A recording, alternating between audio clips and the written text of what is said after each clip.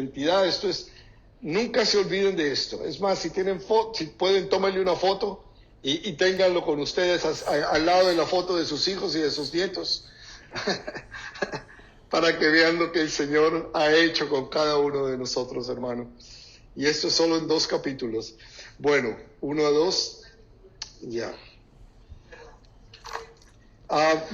Continuamos, entonces, vamos a terminar el capítulo. La semana pasada, ¿se acuerdan que Pablo comienza a hacer una oración en el versículo 1, en el versículo 2 al 13 es un paréntesis, donde vuelve y enfatiza la existencia de la iglesia, y él le llama el misterio de Dios, el misterio en el cual Dios ya lo tenía anticipado desde siempre, pero era un misterio primero para los judíos, que ellos nunca se imaginaron que los gentiles íbamos a venir a formar parte de la misma familia de Dios, y mucho menos para los gentiles, porque el gentil tenía que hacerse judío primero para poder sentirse cerca de Dios o sentirse favorecido por Dios. Ahí está el bosquejo de la primera sección, capítulos del 1 al 3. Hoy vamos a cubrir los puntos 2 y 3. La semana vemos qué vamos a hacer con esto. ¿Cómo vamos a vivir esa vida práctica sabiendo que somos criaturas nuevas? Que ya no somos lo que éramos antes de venir a Cristo. Entonces, hoy vamos a cubrir los puntos 2 y 3 de este bosquejo. Pablo intercede por los santos, versículos del 14 al 19, y al final los últimos 2 versículos son una doxología. ¿Qué es una doxología? Es una adoración, es una alabanza corta, generalmente al final de una oración. Pero no necesariamente al final de una oración, generalmente las vemos al final de una oración, pero puede ser al final en el caso nuestro, por ejemplo, al final de un mensaje un pastor puede terminar y hacer una alabanza a Dios corta. Eso es una doxología. Y eso es lo que Pablo viene a hacer acá al terminar esta sección. Y ya llegaremos allá y ya vamos a ver mejor. En esos primeros 13 versículos, 12 en realidad, no contando el primero, él viene una vez más a mostrarnos lo que ya nos mostró en el capítulo 1 y en el capítulo 2. Es como un recordatorio, es como un énfasis que está poniendo en lo que Dios hizo por nosotros, en lo que Dios, en su divina gracia y misericordia y sabiduría y poder, hizo con aquellos que le buscamos, con aquellos que le honramos, con aquellos que creemos. Él nos da esto. Y entonces Pablo dice, por esta causa, ¿okay? Ese es por esta causa, es lo que ya nos dijo, capítulos 1 y 2. Por esta causa, porque así comienza el capítulo 3. Se da cuenta, el versículo 1 dice, por esta causa también. Y yo presiento que Pablo, acuérdense que él no escribió, él tenía a alguien a quien le dictaban, y empieza por esta causa. Dice, yo, Pablo, prisionero de Cristo Jesús por vosotros los gentiles. Espérate un momentito. Y se va por otro lado. Y nos da los siguientes versículos y vuelve otra vez. ¿En qué íbamos? A ver, léame dónde íbamos. Ok. Entonces, por esta causa, y vuelve y arranca. Y por esta causa, doblo mis rodillas ante el Padre de nuestro Señor Jesucristo, de quien toma nombre toda familia en los cielos y en la tierra, para que os dé, conforme a las riquezas de su gloria, el ser fortalecidos con poder en el hombre interior por su espíritu, para que habite Cristo por la fe en vuestros corazones, a fin de que arraigados y cimentados en amor, seáis plenamente capaces de comprender con todos los santos cuál sea la anchura, la longitud, la profundidad y la altura, y de conocer el amor de Cristo que excede a todo conocimiento, para que seáis llenos de toda la plenitud de Dios. Versículo 20, esta es la doxología. Y a aquel que es poderoso para hacer todas las cosas mucho más abundantemente de lo que pedimos o entendemos, según el poder que actúa en nosotros, a él sea gloria en la iglesia en Cristo Jesús, por todas las edades, por los siglos de los siglos. Amén. Y ahí termina esta sección. Vamos a tratar de entrar al corazón de qué es lo que Pablo está orando, qué es lo que Pablo está pidiéndole al Señor, por la iglesia, por nosotros. Entonces, él comienza diciendo: por esta causa doblo mis rodillas ante el Padre de nuestro Señor Jesucristo. Ya vimos cuál es la causa. ¿Okay?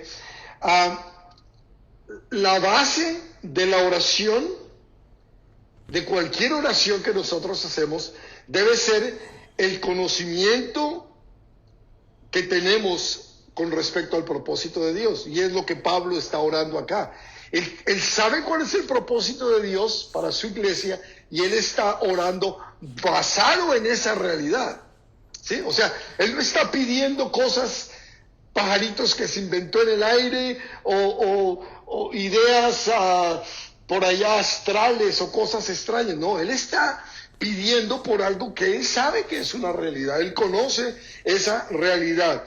Y esta oración, esta parte es muy importante, es hecha basada en la voluntad de Dios. La voluntad de Dios es que esto ocurra en la vida de nosotros. Entonces, es importante cuando nosotros oramos, primero, en fe, saber quién es Dios, qué somos nosotros, qué quiere, qué espera de nosotros, lo que nos ha dado, lo que nos ha reflejado, dado a través de su palabra, y poder entonces nosotros, en esa certeza y en esa seguridad, decir: yo sé cuál es la voluntad de Dios, porque ya conocemos la palabra de Dios, porque conocemos lo que él ha querido revelar. Dentro de lo que él ha querido revelar, eso ya conocemos. Basado en esa realidad que conocemos, podemos decir: Señor, ¿cómo? Entonces, eso es lo que Pablo está haciendo.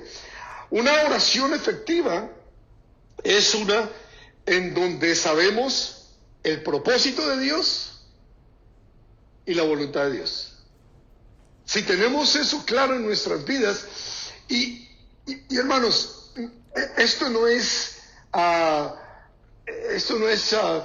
física espacial ni nada que sea para científicos. Esto es para hijos de Dios. El Espíritu ahora mora en nosotros, y Él nos hace saber qué es lo que el Padre quiere de nosotros. Oh, pero es que, Camilo, yo no sé si comprar esta casa o comprar esta otra. Eso es secundario. El Señor no está hablando de eso. El Señor está hablando de tu persona, de tu ser interior, del Espíritu que está dentro de ti, del Espíritu que ahora que vive dentro de ti es el que está viviendo la vida de Cristo en tu cuerpo. Y esa es la parte que muchos cristianos no hemos entendido, y es que nos decimos ser el cuerpo de Cristo, la iglesia, pero no le damos permiso a que Él use el cuerpo. Nosotros lo usamos como a nosotros nos place.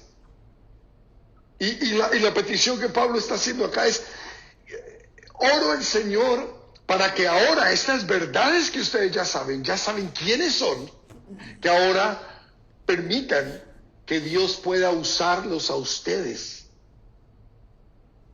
para su gloria. ¿Okay?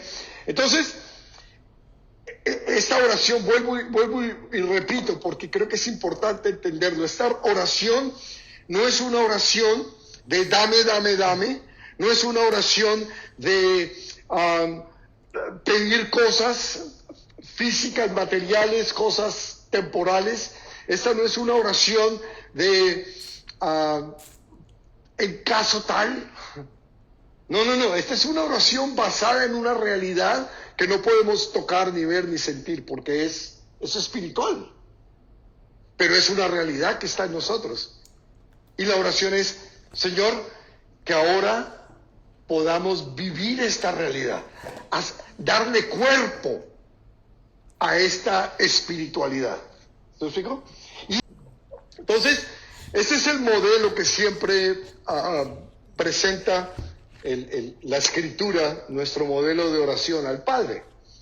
Pero no es exclusivo, no es único. Acordémonos que Esteban oró al Señor Jesús.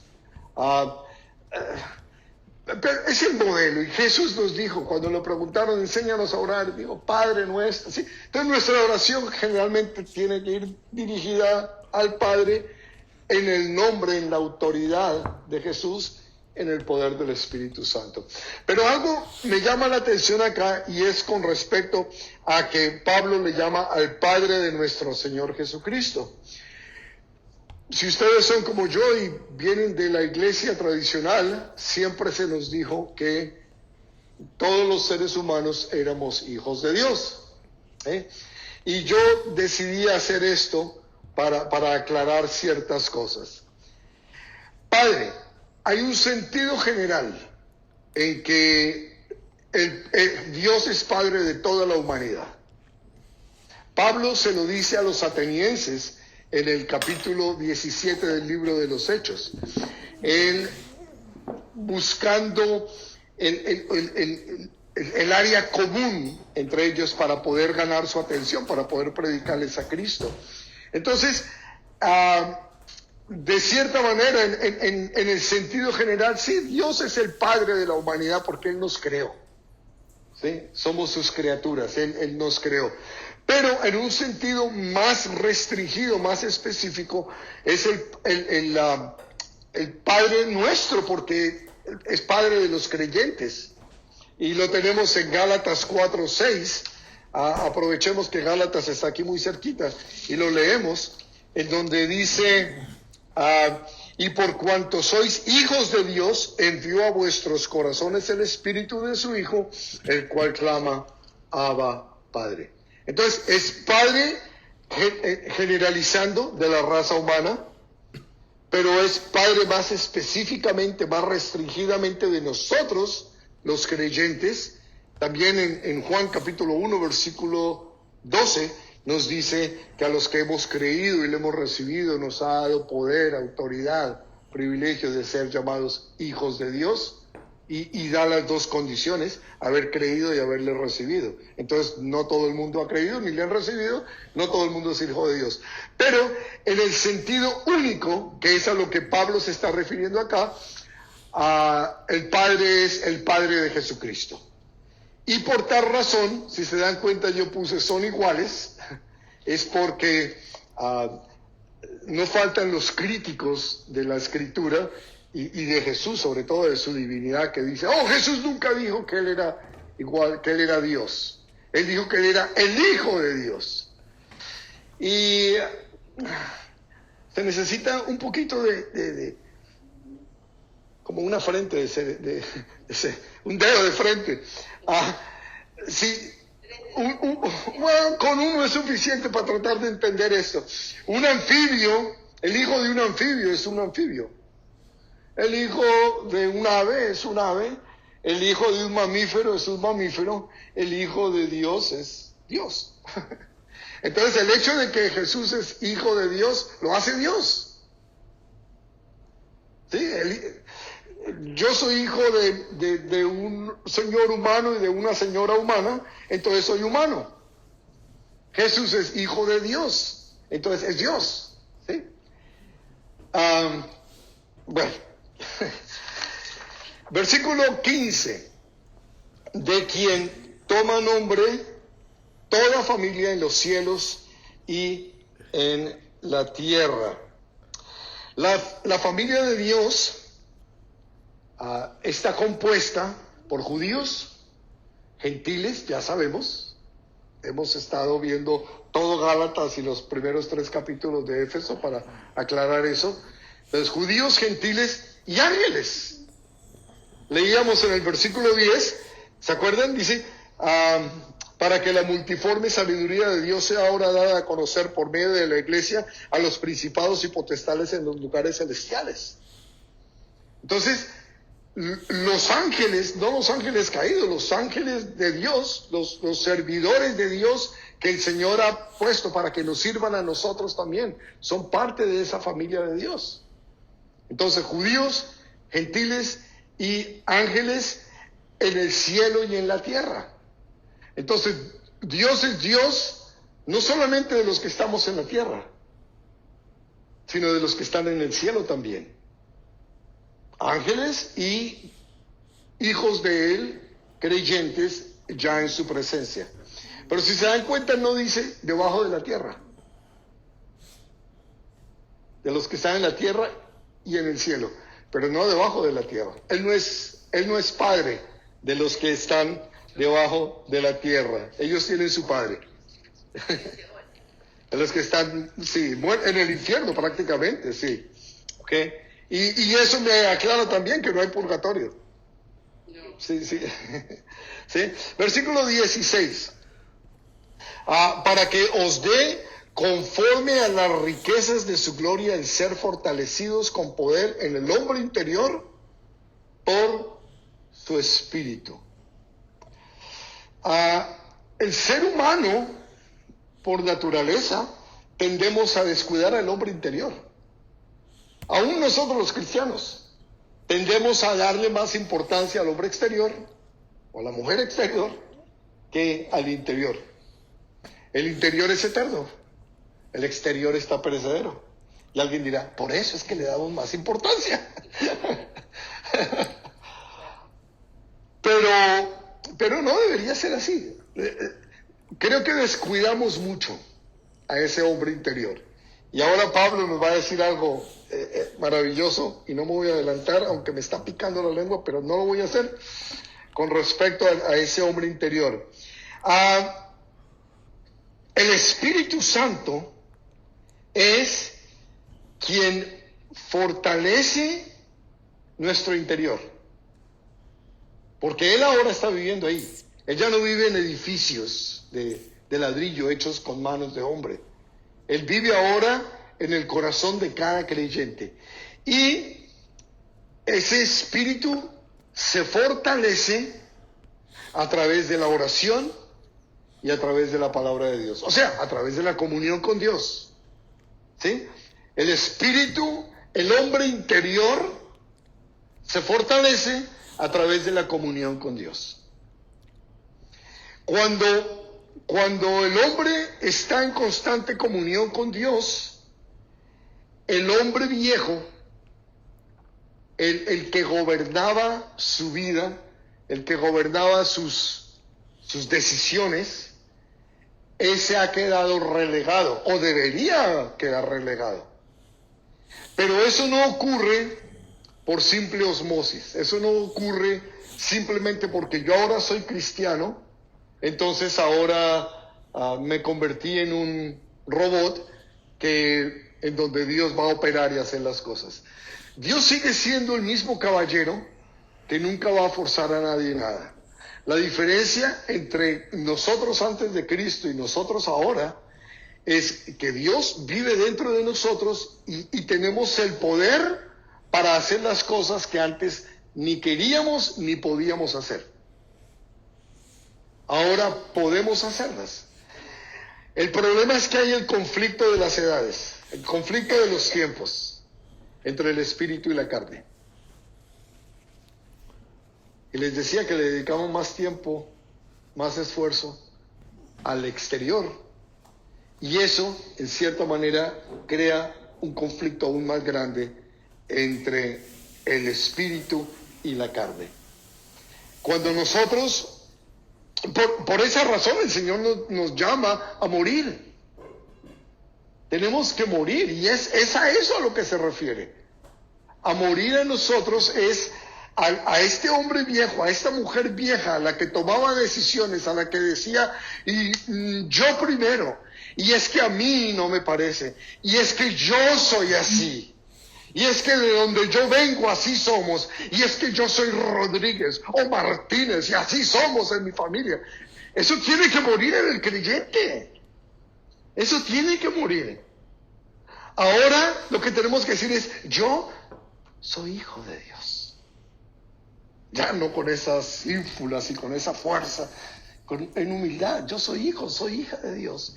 Y por consiguiente, tengo que hacerme a un lado y dejar que el Señor sea el quien controle mi vida. Y yo sé que es fácil decirlo.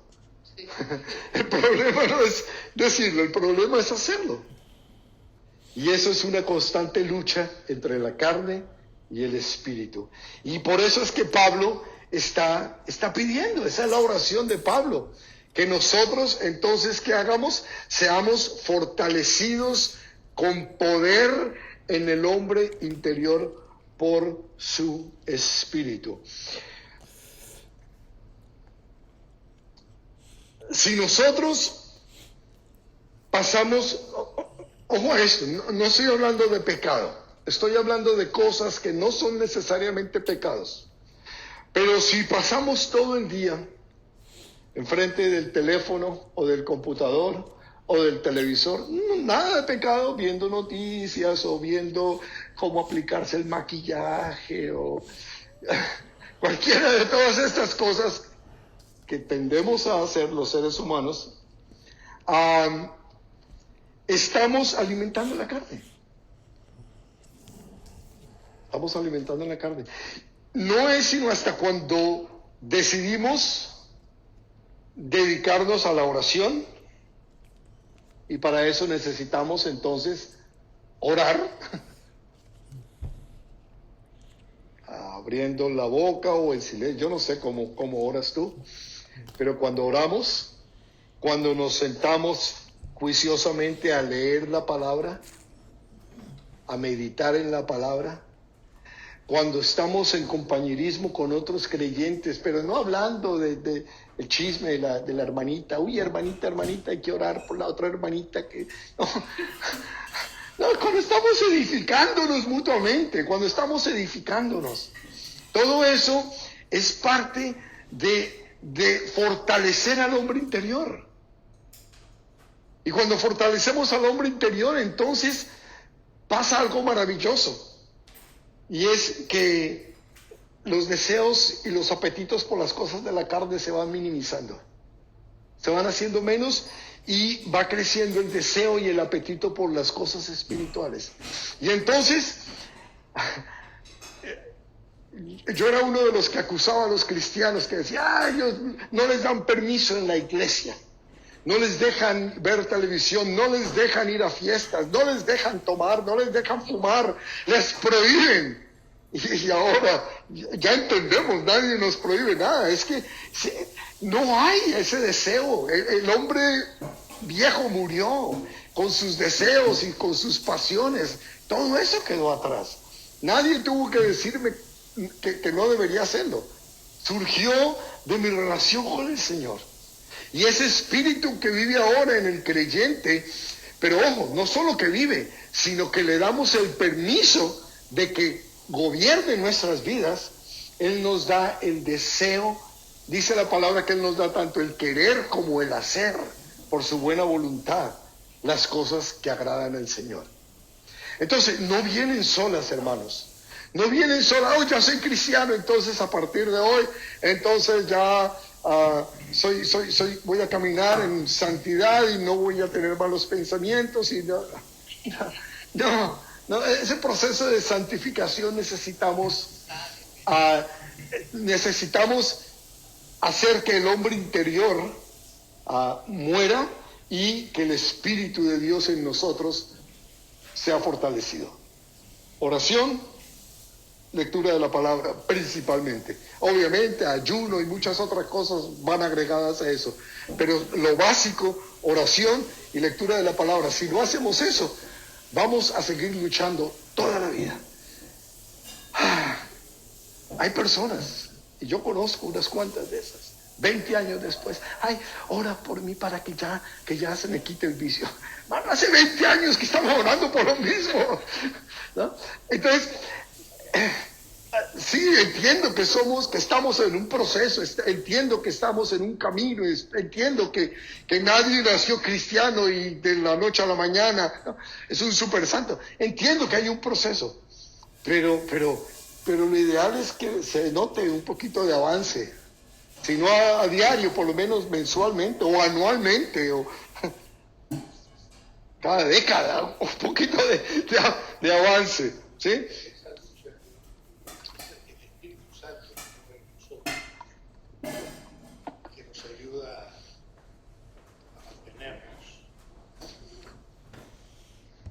Y el punto a lo que yo quiero llegar es que el Espíritu Santo no va a decir, quítate, y tomo control yo. Él está ahí ansioso. Él quiere es que nosotros le digamos, Señor, ya me quité, ven tú, ya esté, toma control. Porque quien controla el hombre interior, quien controla a nosotros, nuestras decisiones, lo que miramos, lo que tocamos, lo que decimos, todas esas cosas, quien controla es el ser yo interior, o sea, nuestra alma. Y nuestra alma siempre ha estado muy ligada a la carne. Y el alma estaba acostumbrada a gobernar la carne. El alma decía, quiero esto, y la carne iba y lo hacía. El alma decía, no te dejes de este. Y la carne decía, ok, y se ponía a pelear. Pero cuando viene el Espíritu, entonces, cuando estamos permitiendo que ese Espíritu en nosotros continúe creciendo y continúe tomando control, el Espíritu toma control del alma. Y ya el alma, por eso ya no siente deseo de todas esas cosas que hacíamos en el pasado. Porque ahora es el Espíritu quien está gobernando sobre el alma. Y lo que vemos en las personas, lo que hace la carne, es el producto de lo que ha decidido el alma, pero cuando dejamos el Espíritu, es el producto de lo que el Espíritu ha hecho en el alma para que el alma gobierne la carne. ¿Te explico? Entonces, la persona que está dando fruto del Espíritu es una persona que se ha hecho a un lado y ha permitido que el Espíritu gobierne el alma y que el alma gobierne la carne y se le note. ¿Sí? Bueno, entonces, fortalecidos con el poder en el hombre interior por su Espíritu. Primera Tesalonicenses, capítulo 2, versículo 13, nos dice algo muy importante con respecto a esto de llenarnos con la palabra y con la presencia de Dios. Dice, Primera Tesalonicenses 2:13, por lo cual también nosotros, sin cesar, damos gracias a Dios de que cuando recibisteis la palabra de Dios que oísteis de nosotros, la recibisteis no como palabra de hombres, sino según es en verdad, la palabra de Dios, la cual actúa en vosotros los creyentes. ¿Sí? Entonces, esa palabra, cuando nosotros creemos la palabra, le creemos a la palabra, hacemos esa palabra viva en nosotros, porque es viva, pero fuera de nosotros. Pero cuando la hacemos viva en nosotros, entonces esa palabra actúa en nosotros, viene a gobernar o a tomar control de nuestras vidas. ¿Por qué? Porque es el Espíritu quien inspiró la palabra, es el Espíritu quien nos está dando esa palabra y es el Espíritu quien vive en nosotros queriendo vivir esa palabra.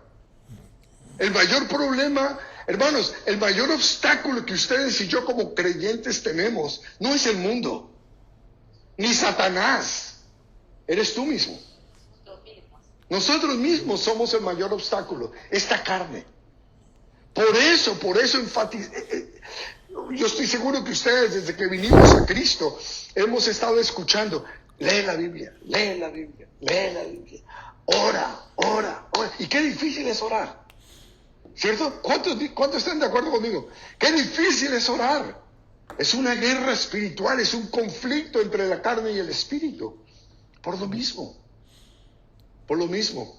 Porque el espíritu quiere vivir la vida de Cristo, con la mente de Cristo, Cristo vivo en nosotros a través de nuestro cuerpo. Pero no siempre le damos el permiso. Miren lo que dice en Colosenses 3:16. La palabra de Cristo more en abundancia en vosotros, enseñándoos y exhortándoos unos a otros en toda sabiduría. Que la palabra de Dios more vosotros, que haga residencia, que haga morada en cada creyente. ¿Para qué queremos ser fortalecidos? Sería una pregunta lógica, creo yo. ¿Para qué queremos ser fortalecidos? Y la respuesta ya la he estado dando. Queremos ser fortalecidos en el hombre interior, en el espíritu, para vivir en victoria. Una vida santa, victoriosos, para vivir en victoria. Y el Señor nos promete que somos más que vencedores, pero dice en Cristo Jesús. No solos, no apartes. Entonces, nosotros, hermanos, nosotros tenemos a nuestra disposición todo, absolutamente todo, lo que necesitamos para la vida y la piedad, nos dice Pedro. Todo lo que necesitamos para la vida. ¿Qué necesitas para la vida? Vestido, comida, todo lo que necesitas para la vida y para la piedad. El Espíritu Santo, toda la parte espiritual. En Cristo lo tenemos todo. Vuelvo y digo, el problema es que somos nosotros quienes somos nuestro peor enemigo. Y dice, conforme a las riquezas de su gloria. ¿Qué? Conforme a las riquezas de su gloria. Dios, hermanos, tengan esto claro y pendiente siempre. Dios no nos da migajas. Dios no nos da sobras. Dios quiere bendecirnos a manos llenas. ¿Y Él por qué? Porque Él bendice en directa proporción a sus riquezas. Eso es lo que significa esto. Conforme a las riquezas de su gloria. El otro día di la ilustración, un ejemplo medio tonto, pero creo que quedó la idea clara. Yo no, si tú me pides de mis riquezas, espera por ahí unos 20 o 30 dólares. No es que esa sea mi riqueza, pero en proporción a mis riquezas, unos 20, así si me va bien, unos 50. ¿Okay? Pero si esperamos conforme a las riquezas de uno de estos billonarios, el dueño de Whole Foods y de Amazon, puedes estar esperando de pronto un carro, ¿no? De pronto una casa, ¿por qué no? ¿Sí? ¿Y de Dios qué podemos esperar entonces? Todo, Él es el dueño de todo.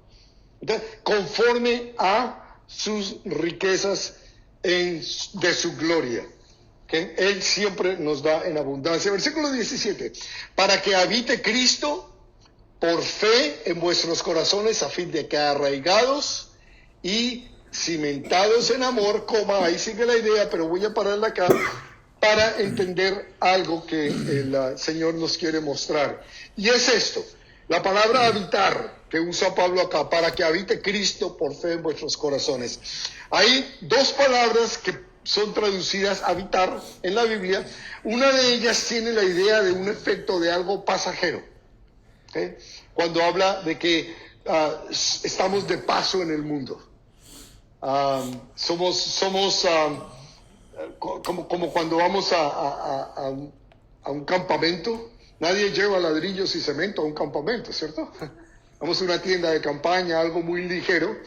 Y esa es una palabra que usa la Escritura. La otra, que es la palabra katoikeo, que significa una vivienda permanente. Dios quiere vivir permanentemente en tu casa.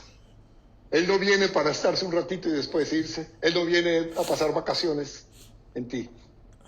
Él quiere hacer una residencia permanente. Y hay una cita que quiero compartir con ustedes, que es esta, Juan 14, 23.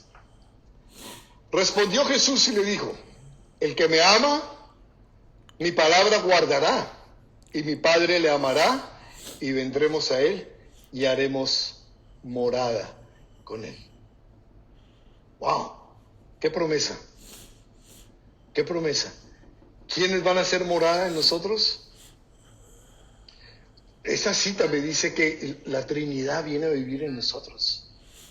Porque el Espíritu es quien nos da la nueva vida cuando nacemos de nuevo. Y acá nos dice que el que ama la palabra guarda, y el Padre le ama, y vendremos, plural.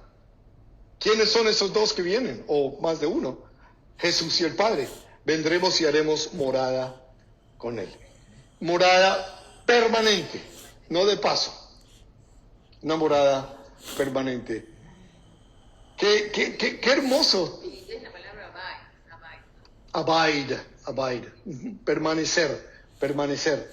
Así que, y yo me hago una pregunta, y no se la hago a ustedes, yo me la hago a mí, pero la voy a hacer en voz alta, por si alguno de ustedes quiere hacerse también la pregunta. ¿Se siente Cristo cómodo en tu casa?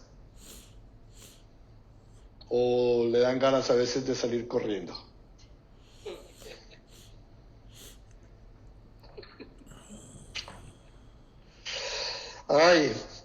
Entendemos nosotros, hermanos, la importancia de la fe. Miren, dice, para que habite Cristo por la fe en vuestros corazones. Cristo no viene a habitar físicamente, porque para nosotros, es decir, para Dios todo es posible, pero sería como raro eso, que venga, que viva dentro de nosotros. Eso fue lo que trató de entender Nicodemo. ¿Cómo puedo volver a entrar al vientre de mi madre y volver a nacer? Obviamente el Señor le estaba hablando algo espiritual, y a nosotros en este texto también nos dice algo espiritual, para que venga Cristo a habitar en nosotros. Y esa habitación de Cristo en nosotros, si nosotros no creemos, Él no viene. La condición es creer. Pero no creer en lo que nos acusan a nosotros los cristianos. Usted tiene una fe ciega. No, fe ciega es la que tienen los ateos. Anoche miramos un programa con mi esposa de Ray Comfort, que entrevista a estos profesores de biología y de una universidad con respecto a la evolución, y los acorrala a todos, y todos terminan dándose cuenta que la evolución no existe, y que ellos simplemente creen por fe, porque no hay evidencia, no hay nada que demuestre que la evolución es real. Y entonces ellos mismos que nos acusan a nosotros que tenemos una fe ciega, son los que tienen una fe ciega. Ellos sí tienen una fe ciega. Nuestra fe es basada en realidades. ¿Cuál realidad? De que Cristo vive. ¿Tú lo viste? No.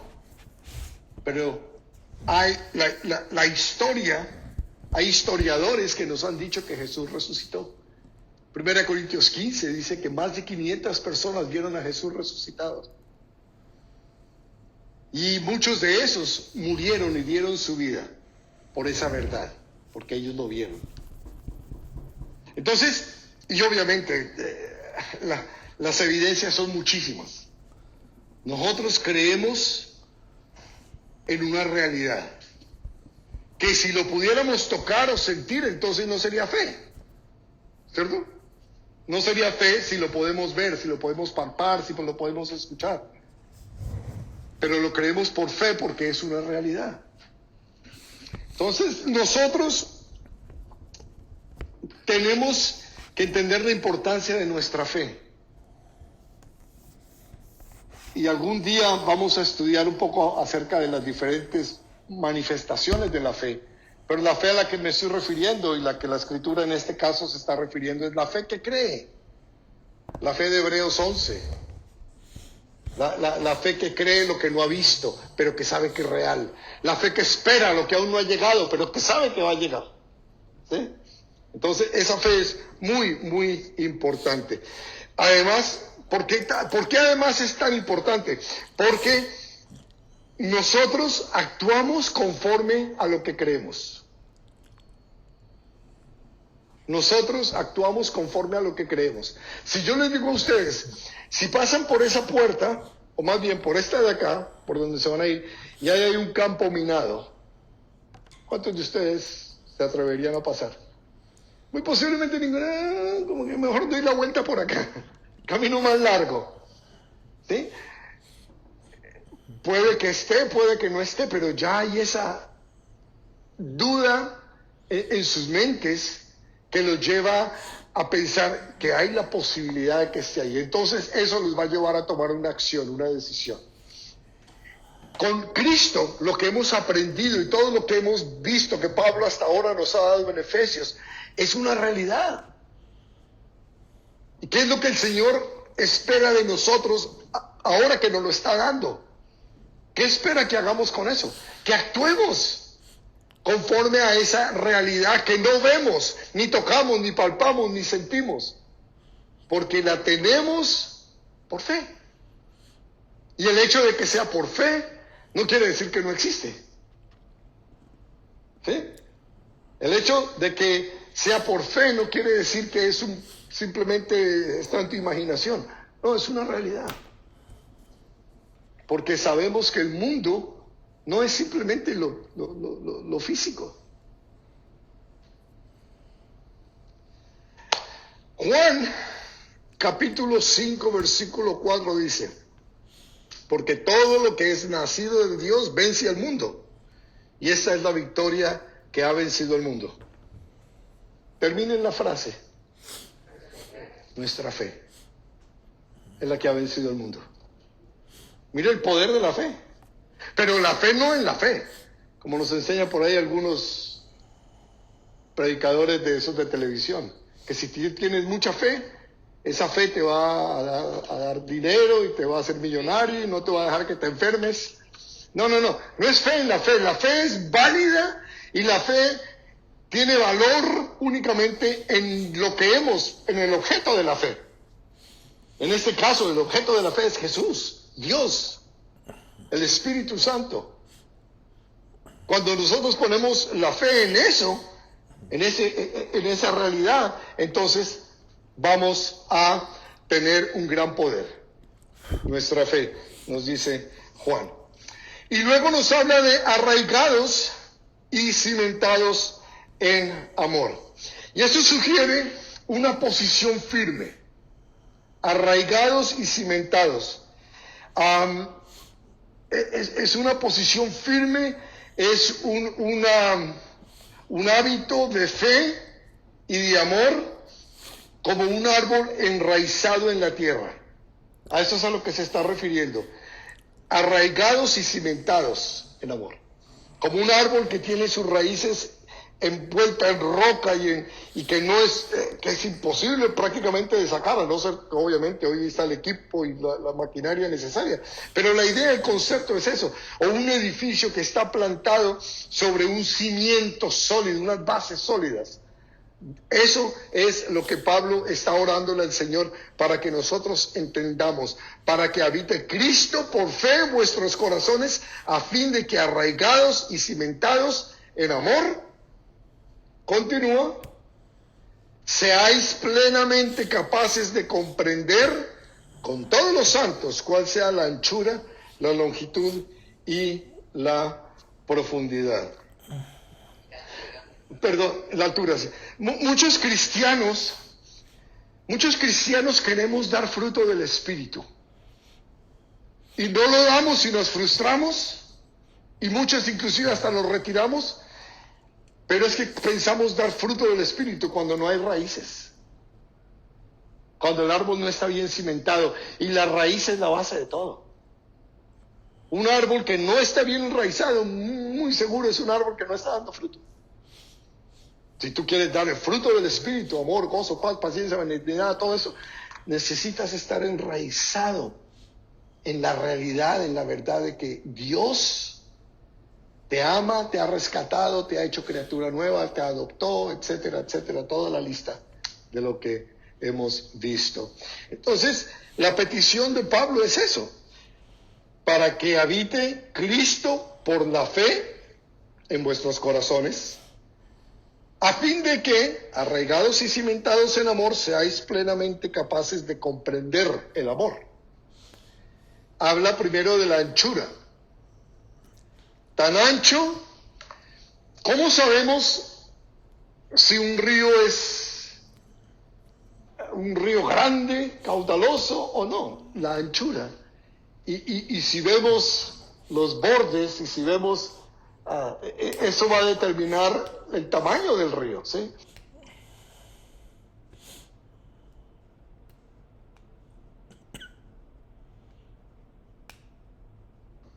el amor de Dios en nosotros es tan ancho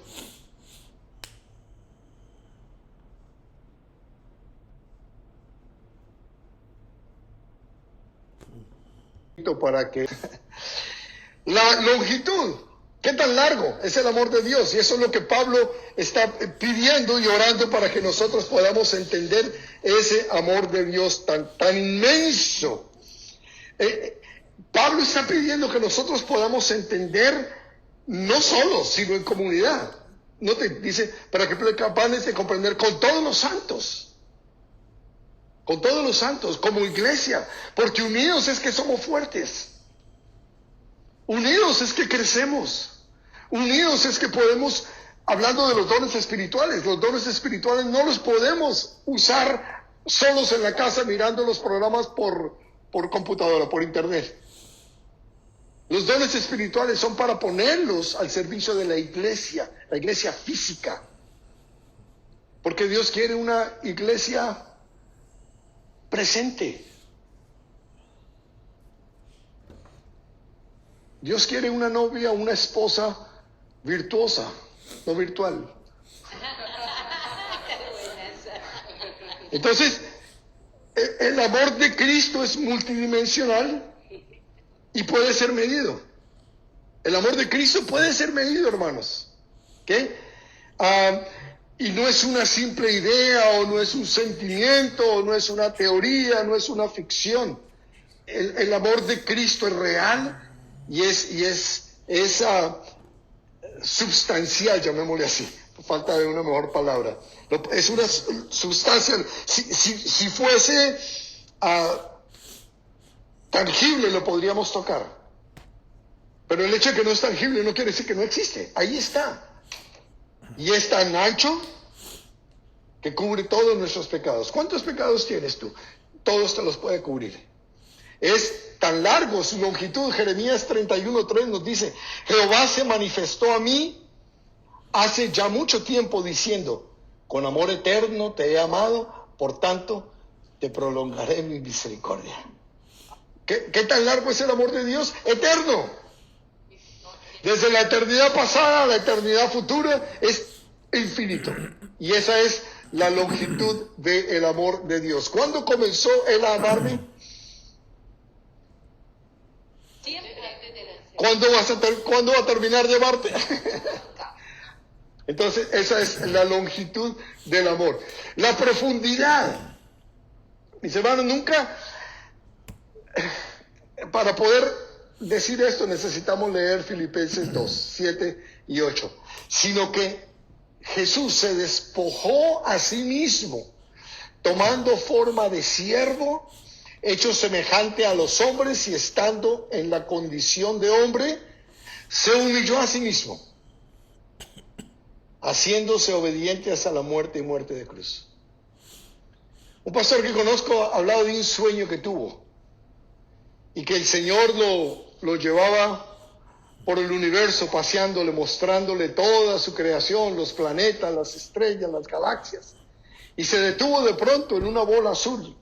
Y le dice, el pastor se llama John Corson, dice: John, ¿ves esa bola azul? Sí, Señor, la veo. Bueno, ahí en esa bola azul, ahí están los objetos de mi amor. De toda la creación, lo que yo más amo, ahí vive. Oh, qué bueno, Señor. Pero hay un problema, y es que ellos no se matan entre ellos y se están peleando y se odian. Y lástima, Señor, ¿qué puedo hacer yo? Bueno, mire, yo quiero que tú vayas y les hables acerca de mí, de cuánto los amo yo. Quiero que tú seas el instrumento mío para que les digas que los amo y que me duele mucho verlos en guerras y en peleas y todas estas cosas. Bueno, yo voy, no hay ningún problema. Pero mira, se me olvidó decirte algo. Esa bola azul está habitada de perros. Son perros los que viven ahí. Así que, para que te puedan entender, te voy a tener que hacer un perro. Tú te vas a tener que convertir en perro para que les puedas hablar en lenguaje perruno y te puedan entender. Y ya como, oh, Señor, como que ya me la estás poniendo más difícil, pero pues tú eres Dios y yo te amo y no importa, yo voy. Envíame. Oh, pero hay algo que tienes que entender. Estos son perros salvajes, perros rabiosos. Y a ti te voy a hacer un chihuahua. Y tu visión es hablarles, decirles de mí. Y te van a matar. No van a escuchar lo que tú les vas a decir, te van a matar. Pero no te preocupes, porque al tercer día te voy a resucitar. Te voy a resucitar como un perro. Y vas a vivir como un perro chihuahua el resto de la eternidad conmigo. Eso fue lo que hizo Jesús. Eso fue lo que él hizo. Siendo Dios, se hizo hombre. Y resucitó hombre y está hoy sentado a la diestra de Dios Padre. Y eso me muestra su amor tan grande. ¿Qué tan profundo es? No puede ser más profundo que la misma base de la cruz. Ese es el amor de Cristo por ti y por mí.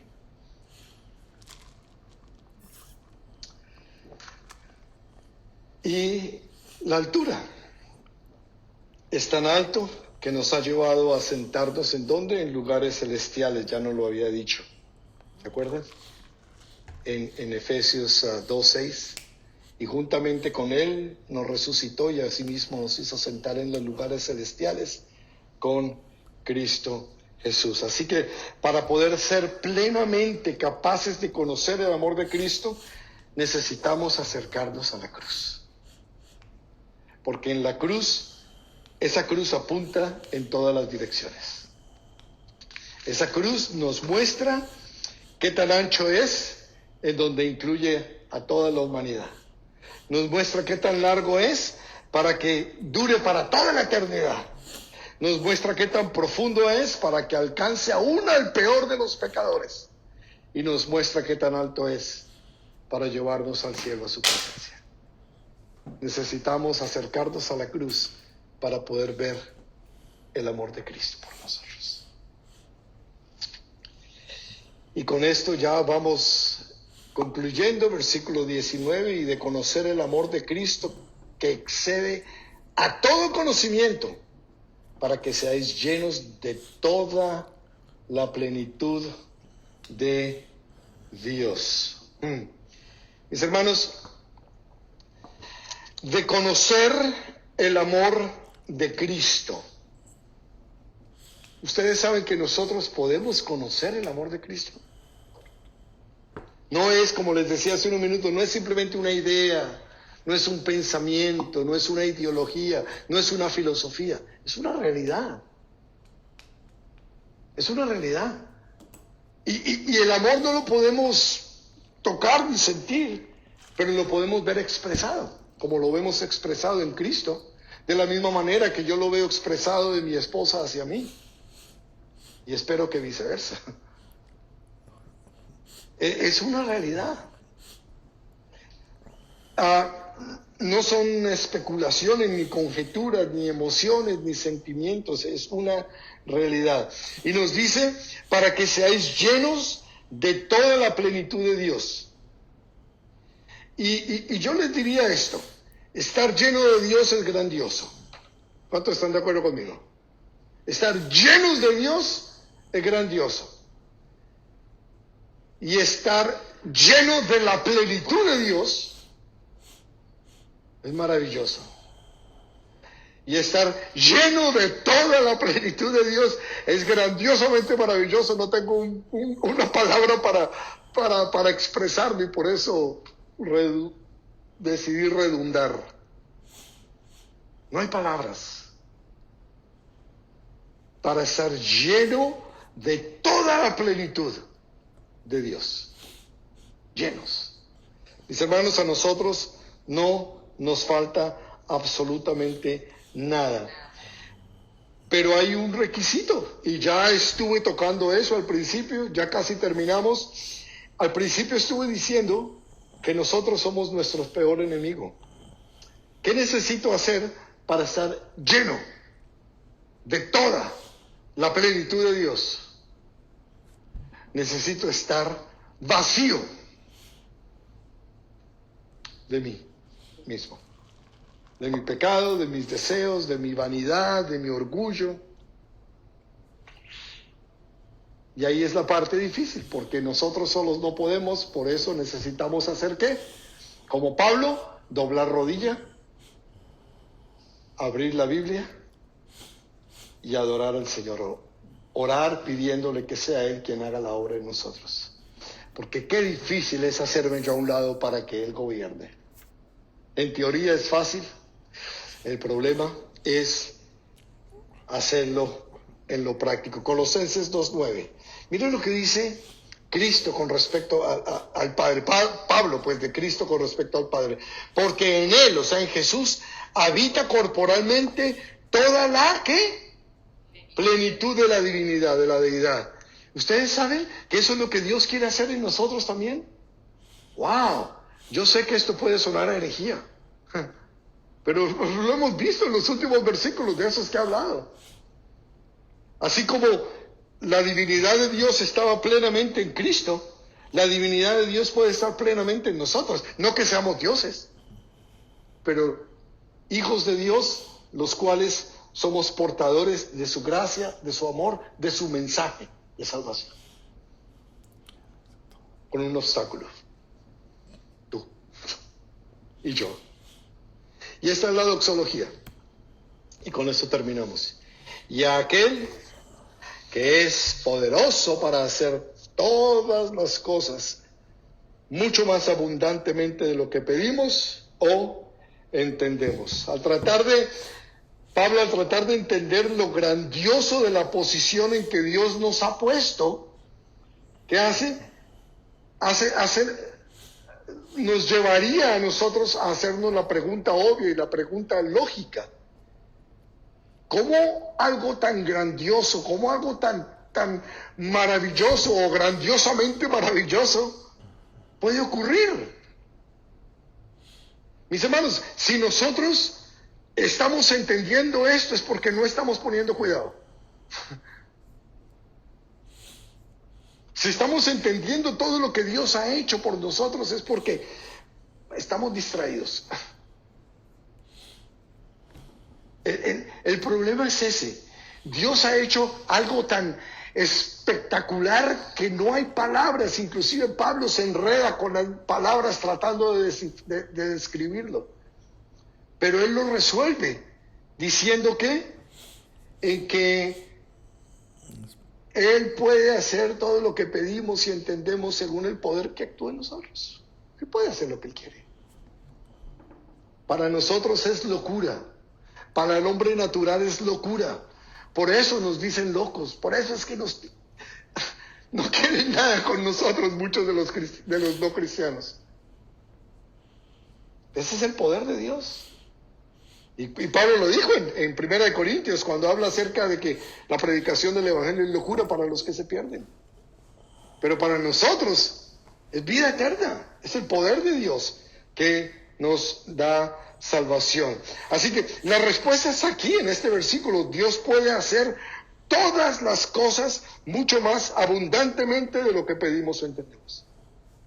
¿A quién de ustedes se les hubiera ocurrido haber pedido todo lo que hemos estudiado? Que Dios nos diera o nos hiciera todo lo que hemos visto en estos 2 capítulos. A ninguno.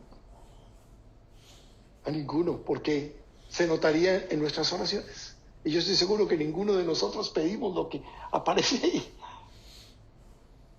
Oh, Señor, ayúdame a llegar al trabajo sin ningún accidente. Okay. Ayúdame con mis hijos. Oh, ayúdame a la conversión de... Esas son nuestras oraciones, seamos sinceros, ¿sí o no?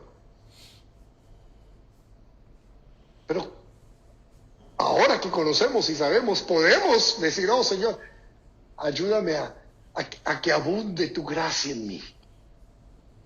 Ayúdame a que ser un instrumento de tu espíritu. O sea, ahora pedimos esas cosas. Antes de Cristo, olvídate, nada. Recién caminando con el Señor, cositas. Pero es en lo que crecemos y en lo que maduramos y en que vemos esa realidad tan increíble de lo que Dios ha hecho con nosotros, que podemos comenzar a medio entender lo profundo de ese amor, lo ancho de ese amor, lo alto de su amor y la longitud que va hasta los confines de la eternidad.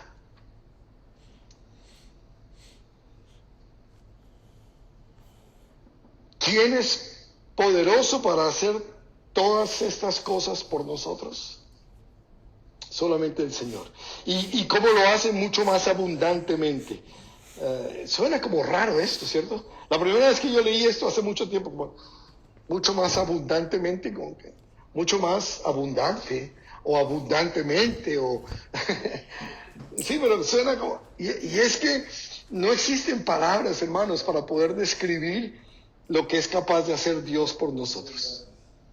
Mucho más o abundante, pero como yo también fui redundante ahí, es lo que Pablo hace, mucho más abundantemente, que no hay lenguaje para describirlo, no hay palabra, según el poder que actúa en nosotros. La fortaleza espiritual que habita en nosotros, al conocer el amor de Dios, al tener la llenura de Dios en nuestras vidas, no es algo para experimentar en el cielo.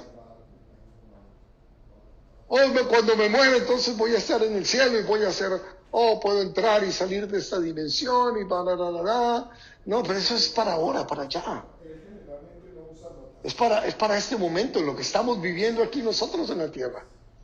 Les decía la semana pasada, Dios no quiere santos muertos. Los santos de la iglesia tradicional, que son muertos todos. Dios no quiere santos muertos, Él quiere santos vivos, para que seamos la luz en medio de las tinieblas.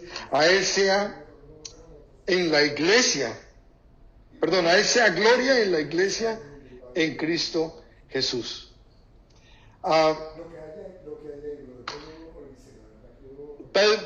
Pablo podría haber dicho, la gloria sea en mi alma mía, adora y alaba al Señor.